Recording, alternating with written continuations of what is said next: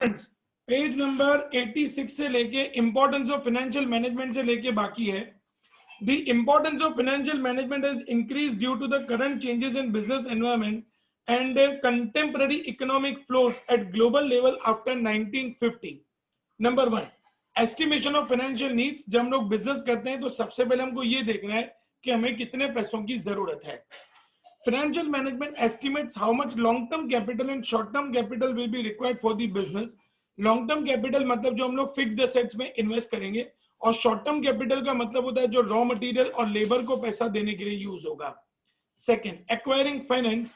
पैसा कहां से आएगा? एज ए कंपनी हमारे पास कई सारे ऑप्शंस होते हैं. इक्विटी शेयर्स इशू करें, प्रेफरेंशियल इशू करें, डिवेंचर इशू करें, पब्लिक डिपॉजिट इशू करें या लोन ले. हमारे पास कई सारे ऑप्शंस होते हैं. उसमें से किस ऑप्शन से जाना है ये हमें डिसाइड करना है. Financial management requires finance at the minimum cost by selecting the sources economically.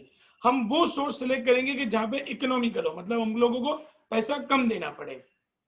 तीसरा, प्लानिंग एंड कंट्रोलिंग. हम लोग ये देखेंगे कि पैसे कहां से आएंगे, कब जाएंगे, और अगर कहीं पे फालतू खर्चा हो रहा है तो उसको हम लोग कैसे कंट्रोल करेंगे. Planning is combined with effective controlling to make economic utilization of finance. Distribution of finance. अब जो प्रॉफिट हुआ उस प्रॉफिट को हम लोगों को कैसे डिस्ट्रीब्यूट करना है, मतलब कितना प्रॉफिट हम लोग एज ए डिविडेंड देंगे, कितना प्रॉफिट हम लोग बिजनेस में री इन्वेस्ट करेंगे, ये डिसाइड करने का काम फाइनेंशियल मैनेजर का है. It distributes finance among different departments in such a way that every department gets adequate finance. Finance manager को हर डिपार्टमेंट को जितनी जितनी जरूरत है उतना उतना पैसा उनको देना है. Next is maintaining liquidity. Liquidity मतलब पैसा, हमारे पास पैसा रहना चाहिए. इमरजेंसी के लिए, गुड्स परचेस करने के लिए, रॉ मटेरियल परचेस करने के लिए हमारे पास लिक्विडिटी मेंटेन रहनी चाहिए. It maintains liquidity by preparing cash flow statement and cash budget so that a definite cash balance can be maintained on hand. इसलिए कंपनीज क्या करती हैं, कैश फ्लो और कैश बजट बनाती हैं जिससे कंपनीज को पता चले कि कितना पैसा हमारे पास आ रहा है और कितना पैसा हमारे वहां से जा रहा है. Next is distribution of income. It determines what part of profit is to be distributed as dividend among the shareholders and what part of profit is to be reinvested in the business. ये company को decide करना है कि जो भी profit हुआ उस profit में से कितना बिजनेस में री इन्वेस्ट करना है और कितना एज ए डिविडेंड देना है. It should be decided by the financial manager. Next, management of current assets. कितना कंपनी के पास पैसा आएगा और कंपनी उन पैसों को कहां कहां पे देगी. Cash, debtors, inventory, marketable securities, bank balance etcetera are included in current assets. ये सब करंट असेट्स में इंक्लूड हो जाते हैं. It formulates investment policy for these current assets. Financial manager को ये देखना होता है कि डेटर के वहां से कब पैसा आएगा, बिल्स का पैसा कब आएगा, कितना कैश पड़ा हुआ है, कितना बैंक में बैलेंस पड़ा हुआ है, और उन पैसों को हमको कहां पे यूटिलाइज करना है. Financial decision. Financial management takes important decision regarding capital budget. कैसे पैसा आएगा, कितना चाहिए, डिविडेंड पॉलिसी हमारी क्या होगी, री इन्वेस्टमेंट ऑफ प्रॉफिट कैसे होगा, and maintains coordination among various financial decision. For example, coordination between dividend policy and reinvestment of profit. As a financial manager हमको ये देखना है कि कभी भी ऐसा नहीं होना चाहिए कि पूरा का पूरा पैसा बिजनेस में री इन्वेस्ट हो, हम लोग डिविडेंड कुछ भी ना दें, या कभी ऐसा नहीं होना चाहिए कि पूरा का पूरा पैसा डिविडेंड में चला गया और बिजनेस के लिए कुछ नहीं बचा. ऐसा नहीं होना चाहिए. एक फिक्स पॉलिसी होनी चाहिए कि भाई इतना डिविडेंड हमको देना है, 10% 20% डिविडेंड हमको देना है, बाकी जो भी बचे वो हम लोग बिजनेस में री इन्वेस्ट करेंगे. Next, raising credit of business. Financial manager का ये काम है कि बिजनेस का रेपुटेशन बढ़ना चाहिए, और रेपुटेशन बिजनेस का वहां से बढ़ता है जब बिजनेस टाइम टू टाइम पे सारे पेमेंट्स करते हैं. Financial management significantly contributes in the progress and development of the business. Efficient financial management generates financial facilities so that employ salary and creditors payment can be made in time. सारे के सारे payments हमारे time पे जाने चाहिए. Time पे payment गया वही हमारा रेपुटेशन मार्केट के अंदर इंक्रीज करेगा. As a result credit of the business increases. अब स्टूडेंट्स इसको एक बार रीड आउट कर लो बेटा, तो मैं फाइनेंशियल डिसीजंस स्टार्ट करूं. Sir yes. तो जिस तरह से आपने बताया जो डिविडेंड है सब मिनिमम कुछ होगा ना, तो इतना देना ही पड़ेगा. वो कंपनी पे होता है, वो कंपनी डिसाइड करेगी. कंपनी को जितना डिविडेंड देना है, मिनिमम मैक्सिमम, वो सब कंपनी खुद डिसाइड करती है. इसको बेटा फटाफट रीड आउट कर लो, कुछ डाउट हो तो पूछो। हाँ मानव, कई लोग जो होते हैं सर, जो डिसिप्लिन बाइंग करते हैं, मतलब हर महीने थोड़े थोड़े शेयर्स लेते हैं, हाँ तो सर प्राइस तो फ्लक्चुएट होती रहती है, हाँ। तो सर अपना प्रॉफिट कैसे निकाले कि मैंने कितना डाला और कितना मेरा वापस आया, वो तो कैसे पता चले? इसमें कैसा होता है बेटा कि वो लोग है ना लॉन्ग टर्म विजन के साथ चलते हैं। तो लॉन्ग टर्म विजन में कैसा होता है बेटा कि जब आप लॉन्ग टर्म के लिए प्लानिंग करते हो, जैसे आज कुछ लोग हैं जिन्होंने रिलायंस के अंदर 1960 1970 से लेके इन्वेस्टमेंट करके रखा है बेटा, तो आज आप सोचो उनका इन्वेस्टमेंट तो करोड़ों में पहुंच गया। तो वो लोग एक लॉन्ग टर्म विजन के साथ जाते हैं कि भाई हम लोगों को पैसा डालना ही है, ये रिकवर नहीं करना है, ये हमारे लिए 20 साल के बाद 25 साल के बाद हमारा रिटायरमेंट का पैसा है। इसीलिए वो लोग, जो हम लोग SIPs कहते हैं बेटा, बेसिकली सिस्टमेटिक इन्वेस्टमेंट प्लान, तो SIPs का भी वही काम है। तो कुछ लोग ऐसे होते हैं ना कि जो SIP नहीं लेके ऐसा प्लानिंग करते हैं कि भाई कोई पर्टिकुलर कंपनी पकड़ ली, अच्छी कोई भी कंपनी पकड़ लो, उस कंपनी के हर महीने 1 शेयर 2 शेयर 3 शेयर 5 शेयर में लूंगा और उसको मैं 10 साल 15 साल 20 साल के हॉरिजॉन से मैं उसको अपने पास रखूंगा। तो it's like SIP for them. लेकिन सर SIP में तो क्या है सर, हर महीने फिक्स अमाउंट होता है, इसमें तो फ्लक्चुएट होता रहता है। इसमें ये लोग क्या करते हैं बेटा, इसमें ये लोग क्या करते हैं, जो इन्वेस्टमेंट करने वाला पर्सन होता है, ये बहुत स्मार्ट इन्वेस्टमेंट है। आप कोई भी कंपनी पकड़ लो बेटा, जैसे सपोज करो आपने रिलायंस कंपनी पकड़ ली, आप हर महीने रिलायंस कंपनी के 2 शेयर्स ले रहे हो, फिर सपोज ये महीने 1000 रुपए का रेट है, तो 1000 इंटू 2 2000 गया, अगले महीने उसका 1500 रुपए रेट हो गया, तो 1500 इंटू 2 3000 रुपया गया। फिर वो ये नहीं सोचते, उनका क्या शेयर फिक्स होता है, भाई मुझे हर महीने 2 शेयर्स लेने हैं। तो क्या होगा कि हर महीने 2 शेयर्स मतलब उसके 12 महीने में 24 शेयर्स हो गए, और 12 महीने में 24 शेयर मतलब 2 साल में उसके हो जाएंगे 48 शेयर्स। तो आप सोचो बेटा कि अगर आप उसको 10 साल के ओरिजोन से देखोगे तो 10 साल के ओरिजोन में ये शेयर्स नंबर बढ़ जाएगा। और फिर क्या होगा कि कई बार कंपनी उसको स्प्लिट करती है, स्प्लिट करने से क्या होता है कि आपके नंबर ऑफ शेयर्स बढ़ जाते हैं, तो वो भी बेनिफिट्स आपको कई बार मिलते हैं। कई बार कंपनी बोनस देती है तो वो भी आपको बेनिफिट्स मिलते हैं। तो it's a completely different way of planning बेटा, वो एकदम complete different way of planning है, वो बहुत सारे लोग करते हैं, इसमें कोई बड़ी बात नहीं है बेटा। मतलब इम्पोर्टेंट शेयर्स है, मतलब पैसे नहीं है। हाँ वो शेयर्स, हाँ वो नंबर देखते हैं बेटा, वो पैसा नहीं देखते हैं उसका। सर हमारे एजुकेशन सिस्टम में इन्वेस्टिंग सिखाई जाती है? क्या क्या वापस गगन दी? हमारे एजुकेशन सिस्टम में कोई भी फील्ड में वो इन्वेस्टिंग हायर स्टडीज में बेटा, हायर स्टडीज डिपेंड करता है कि आप कौन सा कोर्स कर रहे हो, उसके हिसाब से सिखाया जाता है। सर 9th पॉइंट रिवीज करो। 9 पॉइंट है बेटा, raising credit of business. Business का जो रेपुटेशन है बेटा, बिजनेस का रेपुटेशन कहाँ से जनरेट होता है, आप टाइमली पेमेंट करोगे तो आपका वहां से रेपुटेशन जनरेट होगा।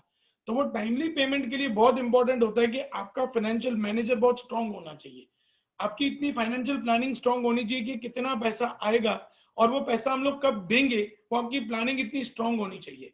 क्योंकि टाइम टू टाइम पे पेमेंट सबको जाएगा तो उससे ऑटोमेटिकली मार्केट के अंदर आपकी रेपुटेशन इनहांस होगी, इंक्रीज होगी।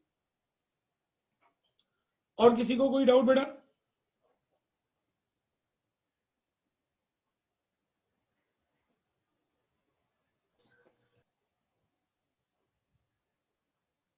और किसी को कोई डाउट बेटा? Sir yes sir point number 5।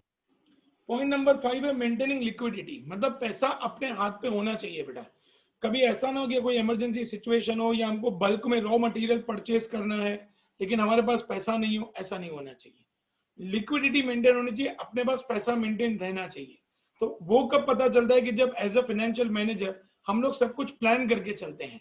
तो भाई कितना पैसा हमारा गया, भाई वर्कर्स को दे दिया, रॉ मटेरियल दे दिया, अभी भी हमारे पास इतनी लिक्विडिटी है कि जिस लिक्विडिटी को हम लोग कभी भी मार्केट में ऑफलोड कर सकते हैं, मार्केट में दे सकते हैं।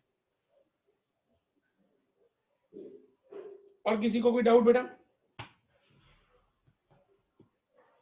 बढ़ो आगे स्टूडेंट्स, चलो। Yes sir. Financial decisions. Financial management is also known as finance function, as it is related with the finance function. In this context, financial management has to take important decisions with regards to the following 3 problems. Decisions related to investment, पैसा कहां से आएगा, decision related to financing, decision related to investment, कैसे invest करेंगे, कहां invest करेंगे, decision related to financing, पैसा कहां से आएगा, and decision related to dividend, कितना डिविडेंड देंगे। ये 3 मेजर डिसीजंस होते हैं जो एज अ फाइनेंशियल मैनेजर हमको लेने होते हैं। Decision related to investment, long term fix capital is invested in the fixed assets of the business. Business के अंदर हमको कई सारी फिक्स्ड असेट्स लेनी पड़ती हैं। Financial manager has to take decision regarding the selection of those assets in which capital fund is to be invested in future.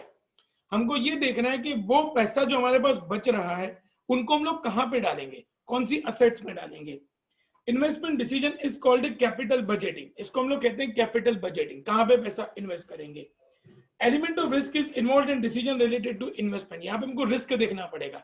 कई बार क्या होता है कि कोई ऐसी प्रोजेक्ट्स होते हैं जहां पे हमने पैसा डाला, वहां से या तो पैसा डबल होके मिलेगा या तो पैसा चला जाएगा, तो वो रिस्क एलिमेंट हमको देखना पड़ता है भी हमारा कितना पैसा जाने की पॉसिबिलिटी है और वहां से कितना रिटर्न आने की पॉसिबिलिटी है। Hence, investment decision should be evaluated in terms of expected return and risk. हमको कितना रिटर्न मिलेगा और सामने कितना रिस्क होगा वो हमको देखना पड़ेगा।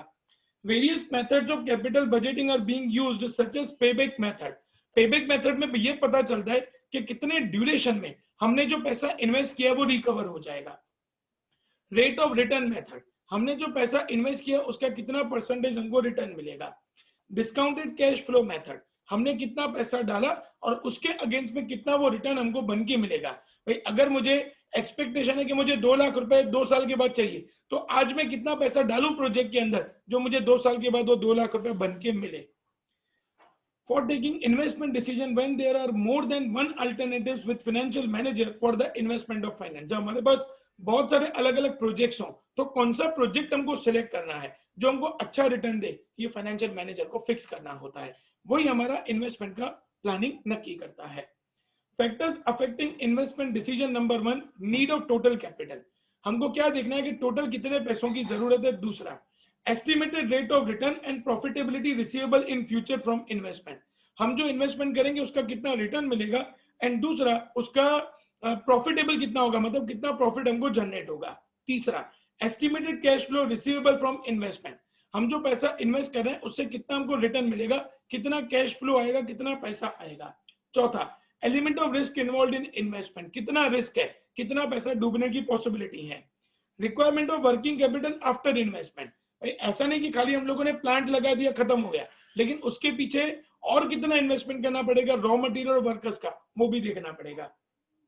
Useful economic life of investment and it's estimated life, हमने जो प्रोजेक्ट डाला उसकी लाइफ कितनी होगी, अंदाजन वो कितने साल चलेगा। सिग्निफिकेंट ऑफ इन्वेस्टमेंट, हमने जो पैसा इन्वेस्ट किया है वो हमारे लिए कितना इंपॉर्टेंट है, हम कितने ड्यूरेशन तक वो पैसा इन्वेस्ट करना चाहते हैं। कैपिटल रेशनिंग, हमारे पास कैपिटल कैसे आप उसको बाइफरकेट कर रहे हो, एक ही प्रोजेक्ट में पैसा डाल रहे हो या आप मोर देन वन प्रोजेक्ट्स में पैसा डाल रहे हो। एंड सर्टेनिटी और uncertainty of earning in future, आप कितना सर्टेन हो भाई जो मैंने पैसा इन्वेस्ट किया है भाई इतना तो मेरा रिटर्न आना ही आना है, भाई 50,000 तो मुझे मिलेगा ही मिलेगा, उसके ऊपर जो भी है वो मेरा अनसर्टेन है। तो वो सब चीजें सोच के उसके बाद ही इन्वेस्टमेंट किया जाता है। स्टूडेंट्स रीड करो बेटा इसको, तो नेक्स्ट टॉपिक डिस्कस करें फाइनेंसिंग का। सही से कैपिटल बजटिंग क्यों बोल रहा है? कैपिटल बजटिंग मतलब तुम जो पैसा डालोगे बेटा, इन्वेस्ट करोगे, वो कैपिटल है तुम्हारा और वो तुमको कितना रिटर्न जनरेट करके देगा, इसीलिए उसको कैपिटल बजटिंग बोला जाता है बेटा। कि कैपिटल इन्वेस्ट करना पड़ेगा तभी रिटर्न मिलेगा, बिना इन्वेस्टमेंट के कभी रिटर्न नहीं मिलता है बेटा।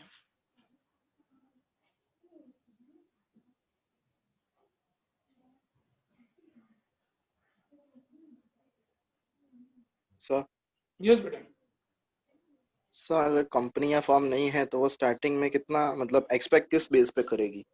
देखो इसमें क्या होता है बेटा कि जब भी कोई नया फर्म स्टार्ट होता है तो नया फर्म क्या करता है बेटा, पहले उसको कैलकुलेशन करना पड़ेगा कि जो वो बिजनेस स्टार्ट करने जा रहा है उसमें अप्रोक्सीमेटली उसका इन्वेस्टमेंट कितना है, long term investment, short term investment कितना है, रिटर्न कितना है। भाई जैसे आज अगर सपोज करो मैंने कोई प्रोजेक्ट लिया, भाई उसमें मेरे को लग रहा है कि भाई 15-20 लाख रुपए जाएंगे, तो उसके पीछे रिटर्न मुझे कितना चाहिए भाई 10%। 15 लाख का मैं 10% निकालूं, इसका मतलब कि 1.5 लाख रुपया, मैं एनुअल बात कर रहा हूं बेटा कि भाई एनुअली मुझे 1.5 लाख रुपए मिल रहे हैं। 1.5 लाख रुपए से ऊपर मिल रहा है तो वो बेनिफिशियल है, अगर 1.5 लाख रुपए से कम मिल रहा है तो मेरे लिए बेनिफिशियल नहीं है वो। तो वो एक एस्टिमेशन हम लोगों को लगाने पड़ेंगे। सर ये लोग प्रॉफिट में से इन्वेस्ट करते हैं क्या? इन्वेस्टमेंट के लिए भी कैपिटल मंगा सकते हैं? नहीं, कैपिटल तो लेना पड़ेगा ना बेटा। जैसे आज सपोज कर तेरा नया बिजनेस है बेटा, तो तेरे को पहले कैपिटल तो चाहिए होगा ना। बिजनेस चल गया हमारा, बिजनेस चलने के बाद अब प्रॉफिट मिल रहा है, फिर आप प्रॉफिट को कहाँ पे इन्वेस्ट करोगे वो आपको देखना है। लेकिन पहले तो आपको कैपिटल लाना पड़ेगा ना बेटा, बिना कैपिटल के तो कोई धंधा हो ही नहीं सकता।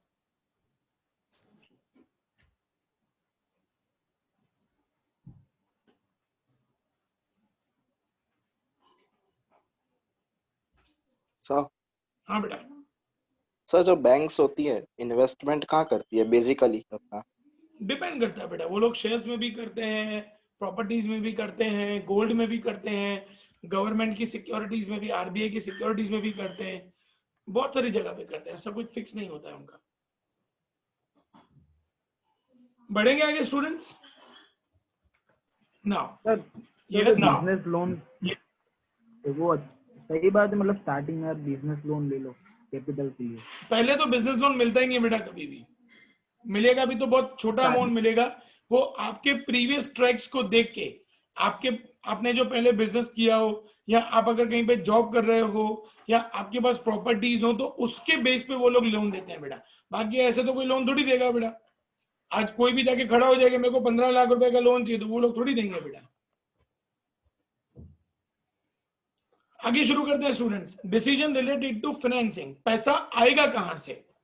Investment decisions are connected with the assets of the company, while financing decisions are connected with capital structure.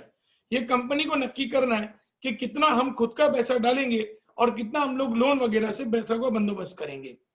Capital structure of the company consist of a equity shares, यहाँ कंपनी इक्विटी शेयर्स के through पैसों का बंदोबस्त कर सकती है। दूसरा, equity shares and preference shares issue करके। तीसरा, equity shares and debenture issue करके। चौथा, equity share, preference and debenture issue करके कंपनी अपने पैसों का बंदोबस्त कर सकती है। Capital structure is a mixture of owners capital and डेप्ट। डेप्ट मतलब कर्जा, कंपनी कुछ खुद का पैसा लगाती है और कुछ कर्जा लेती है। Financial manager has to take decision regarding the portion to be maintained between equity and डेप्ट इन कैपिटल स्ट्रक्चर। ये ओनर डिसाइड करता है कि कितना मेरा खुद का कैपिटल होगा और कितना मैं डेप्ट क्रिएट करूंगा, कर्जा लूंगा। A balance between equity capital and debt is necessary. दोनों के बीच का बैलेंस बहुत जरूरी है। Capital structure having a proper proportion of equity capital and debt is called the optimum capital structure. जब दोनों बैलेंस है ना, उसी को हम लोग optimum capital structure कहते हैं। Optimum capital structure is less risky and ensures maximum return. ये रिस्की कम है, रिटर्न अच्छा मिलता है। Factors affecting financing: internal factors and external factors. Internal factors: type और nature of business, बिजनेस किस तरीके का है, साइज ऑफ बिजनेस, बिजनेस कितना बड़ा है, ग्रोथ ऑफ बिजनेस, बिजनेस कैसे ग्रो करेगा, फाइनेंशियल रिक्वायरमेंट, कितनी पैसों की जरूरत है, शॉर्ट टर्म है, लॉन्ग टर्म है, वो देखना पड़ेगा। Nature of assets and requirement, हमें कौन सी असेट्स में पैसा डालना है। And attitude of directors, directors किस तरीके से पैसा इकट्ठा करना चाहते हैं, मतलब वो लोग चाहते हैं कि खुद वो पैसा बंदोबस्त करें या वो लोग डेप्ट क्रिएट करना चाहते हैं, वो उनके ऊपर डिपेंड करता है। अब external factors, condition of capital market, कभी कभी क्या होता है कि आपको मार्केट से पैसा नहीं मिलेगा तो आपको खुद पैसों का बंदोबस्त करना पड़ेगा। Flotation cost of securities issue, भाई कभी कभी क्या होता है कि हम लोग मार्केट से पैसा उठाते हैं तो हमको ज्यादा रेट ऑफ इंटरेस्ट देना पड़ता है, तो मार्केट से पैसा क्यों उठाएं, हम खुद का पैसा लगाएंगे। एटीट्यूड ऑफ इन्वेस्टर्स, इन्वेस्टर्स आपकी कंपनी में पैसा इन्वेस्ट करने को तैयार है कि नहीं तैयार है, वो भी देखना पड़ेगा। Rate of interest prevailing in the market, market में रेट ऑफ इंटरेस्ट क्या चल रहा है। अगर रेट ऑफ इंटरेस्ट सस्ता है तो एज एन ओनर हम लोग मार्केट से ले सकते हैं, कर्जा ले सकते हैं। लेकिन अगर रेट ऑफ इंटरेस्ट ज्यादा है तो एज ए ओनर मैं सोचूंगा कि मैं इतना सारा इंटरेस्ट क्यों प्रोवाइड करूं, उससे बेटर मैं खुद का पैसा इन्वेस्ट करूंगा। And legal restrictions, company government की भी रेस्ट्रिक्शंस होते हैं, भाई आप एज अ कंपनी इससे ज्यादा कर्जा आप नहीं उठा सकते हैं। एंड इंस्टीट्यूशनल इन्वेस्टर्स, और कई बार हमारे पास FIIs और DIIs, फॉरेन इन्वेस्टर्स और डोमेस्टिक इन्वेस्टर्स होते हैं जो हमारी कंपनी में पैसा इन्वेस्ट करने को तैयार होते हैं, तो वो भी देखना पड़ेगा कि वो लोग हमारी कंपनी में कितना पैसा इंटरेस्ट इन्वेस्ट करने को तैयार हैं। स्टूडेंट्स यहां तक रीड आउट कर लो बेटा। तो डिसीजन रिलेटेड टू डिविडेंड से लेके हम लोग नेक्स्ट लेक्चर में डिस्कस करेंगे, क्योंकि 6 मिनट बाकी है बेटा। यहां तक एक बार फ्लोटेशन कॉस्ट, फ्लोटेशन कॉस्ट का मतलब होता है कि अगर अपन ने पैसा मार्केट से उठाया है तो उस पर अपने को इंटरेस्ट देना पड़ेगा, खर्चा करना पड़ेगा, तो वो कॉस्ट कितना जा रहा है वो कैलकुलेट करना पड़ेगा बेटा। क्योंकि अगर खर्चा ज्यादा जा रहा है बेटा, कॉस्ट ज्यादा जा रहा है, तो सेंसिबल नहीं है फिर मार्केट से पैसा उठाना। सर यस तो इन्वेस्टर्स का और गवर्नमेंट पॉलिसीज का लेना देना है। हाँ है ना बेटा, गवर्नमेंट पॉलिसी बनाएगी उसके हिसाब से तो इन्वेस्टर्स अपना पैसा नक्की करेंगे ना बेटा। जैसे आज जितने भी गवर्नमेंट कंपनीज हैं बेटा, चाहे वो आप लोग स्टेट बैंक ऑफ इंडिया देखो, आईओसी देखो, पंजाब नेशनल बैंक देखो, तो इन सभी में क्या होता है बेटा कि एक गवर्नमेंट फिक्स करती है कि ये सब हमारी गवर्नमेंट की कंपनियां हैं, तो इसमें कितना परसेंटेज पैसा हमारा रहेगा और कितना परसेंटेज पैसा बाहर के इन्वेस्टर्स का रहेगा, तो वो चीज बहुत मायने रखती है बेटा यहाँ पे।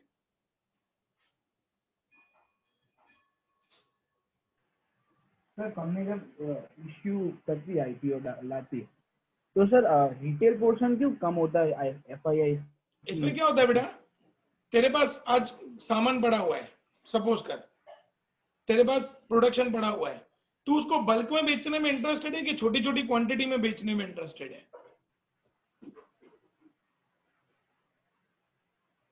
मानव बल्क में बल्क ऑब्वियस है। रिटेलर्स क्या होता है बेटा, छोटी छोटी क्वांटिटी में लेते हैं। जितने ज्यादा लोग हो ना बेटा उतना सर का दर्द ज्यादा होता है, जितने कम लोग होते उतना सर का दर्द कम रहता है।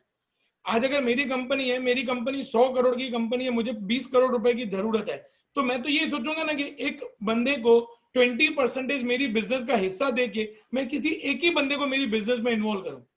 अगर मैं शेयर्स इशू करता हूं तो 5000 लोग आएंगे, तो मुझे 5000 लोगों को मैनेज करना पड़ेगा। लेकिन अगर एक ही बंदा आता है तो मुझे एक बंदे को मैनेज करना पड़ेगा, वो मेरे लिए ज्यादा कंफर्टेबल है।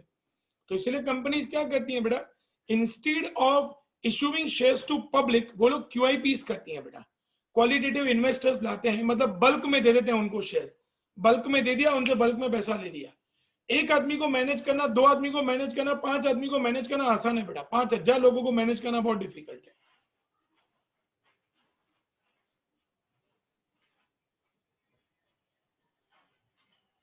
स्टूडेंट्स और किसी को कोई डाउट बेटा?